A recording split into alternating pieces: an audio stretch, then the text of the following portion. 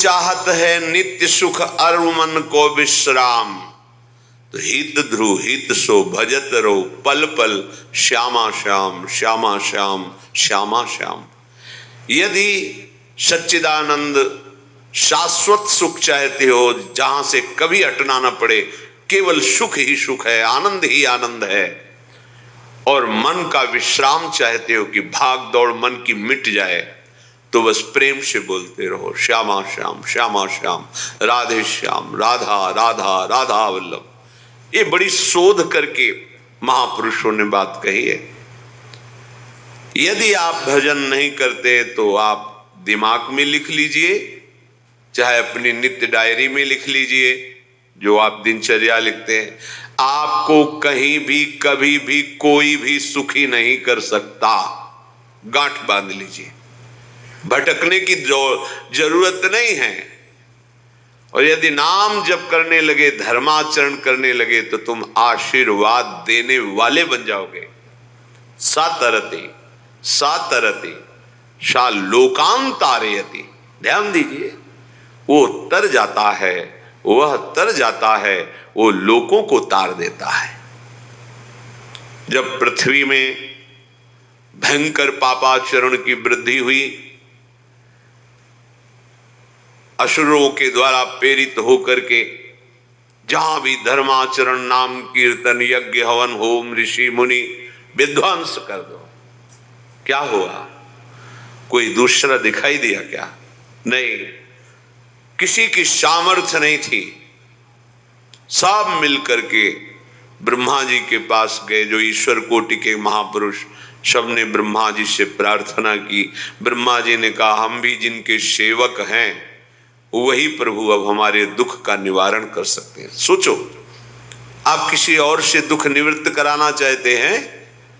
जिसने सृष्टि बनाई है, भगवान ब्रह्मा जी भी कह रहे हैं, मैं जिनके सेवक हूं, वही प्रभु हमारे और आप सबके दुखों का निवारण करते हैं। तो आपको समझ में नहीं आ रहा कि एकमात्र भगवान श्री हरि ही हमारे दुख का निवारण कर सकते हैं।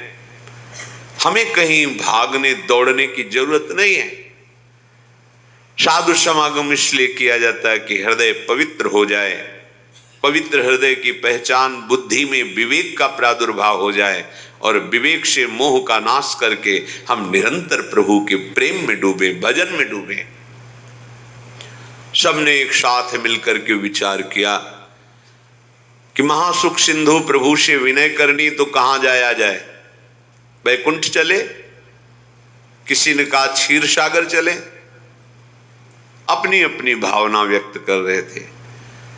तो ते समाज गिरजा में रहू, अवसर पाई वचन एक कहू, हरि व्यापक सर्वत्र समाना, प्रेम ते प्रगट होई मैं जाना। हे गिरिजा, परम वैष्णवाचार्य भगवान महादेव जी कहते हैं, उस देव समुदाय में हम भी थे। हमने कहा कि हमारे तो हृदय में बात ऐसी आती है कि कहीं भागने की जरूरत नहीं है। हरि व्यापक सर्वत्र समाना, जैसे वो वैकुंठ में विराजमान है, क्षीर समुद्र में विराजमान है, ऐसे कण कण में विराजमान है। बस तुम प्रेम से पुकारो, जहां पुकारोगे वहीं प्रभु प्रकट हो जाएंगे। नाम बाणी जहां, श्याम श्यामा तहां। नाम बाणी निकट, श्याम श्यामा प्रगट। सिद्ध सिद्धांत है, भटकने की जरूरत नहीं। जहां हो वहीं से प्रिया प्रीतम का नाम पुकारो, नाम कीर्तन करो, उनकी लीलाओं का गायन करो, सबको सुख देने की भावना करो। देखो, तुम्हारी दृष्टि बदलती चली जाएगी, भगवत साक्षात्कार करने की योग्यता आने लगेगी। ऐसा ही हुआ।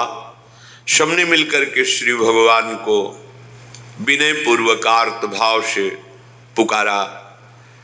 आकाशवाणी हुई, निर्भय हो जाओ, निश्चिंत हो जाओ, मैं स्वयं अपने अंशों के सहित अवतार लेकर इस भूमि का भार हरण करूंगा। तुम सब बड़े बड़े जो देवता हो, जाओ हमारी लीला में सुख लेने के लिए सब ऋक्ष वानर आदि का रूप धारण करो। ब्रह्मा जी, महादेव जी, बड़े बड़े ईश्वर कोटि के लोकपाल बहुत प्रसन्न हुए, क्योंकि भगवद वाणी सत्य है, त्रिकाल सत्य है। सबको विश्वास हो गया कि अब मारा तो जाएगा ये महासुर, जिसको लगता था कोई ना मंत्र के द्वारा मार सकता है ना अस्त्र के द्वारा मार सकता है। स्वयं श्री भगवान पधार रहे। भगवान ने जो निरंतर भजन प्राण रहते हैं, कश्यप जी, अदिति जी, वो भगवान के वात्सल्य में भरे थे। प्रभु जब प्रकट हुए तो उनसे कहा, मुझे आप जैसा पुत्र चाहिए। प्रभु ने कहा कि मेरे जैसा तो मैं ही हूं, अद्वितीय हूं, दूसरा कोई है नहीं, मैं ही अवतरित होऊंगा। भजन में देखो कितनी सामर्थ है। जगत पिता को पुत्र रूप में प्राप्त कर रहे हैं। वही चक्रवर्ती सम्राट अवधपुरी के नरेश महाराज दशरथ जी के रूप में, जिनकी महामहिम अद्भुत सौभाग्य प्राप्त करने वाली 3 ये रानियां, श्री कौशल्या जी, श्री कैकेयी जी, श्री सुमित्रा जी। भगवान वशिष्ठ जी इनके गुरुदेव हैं। प्रायः बड़े बड़े महान जो राज्य पालक रहे, उनके ऊपर, राजा के ऊपर महाराजा विराजमान रहे। ऊपर से स्वर्गलोक आदि लोकों से भी ये शिक्षा मिली है। देवराजेंद्र तो भगवान बृहस्पति, दैत्यराज बलि तो भगवान शुक्राचार्य, जनक जी तो सदानंद जी महाराज, दशरथ जी तो वशिष्ठ जी महाराज। ऐसा था, क्योंकि जहां हमारा विवेक काम नहीं करता, वहां ये ब्रह्मबोध संपन्न महापुरुष तत्काल हमको संभालते हैं। महाराज दशरथ जी के हृदय में प्रबल लालसा हुई कि अब अवस्था व्यतीत होती जा रही है, पर जो गृहस्थ धर्म का परम लाभ है वो तो हुआ ही नहीं। वशिष्ठ जी के चरणों में प्रणाम करके कहा, भगवान एक ही बात की असंतुष्टता है, हमारे कोई पुत्र नहीं है।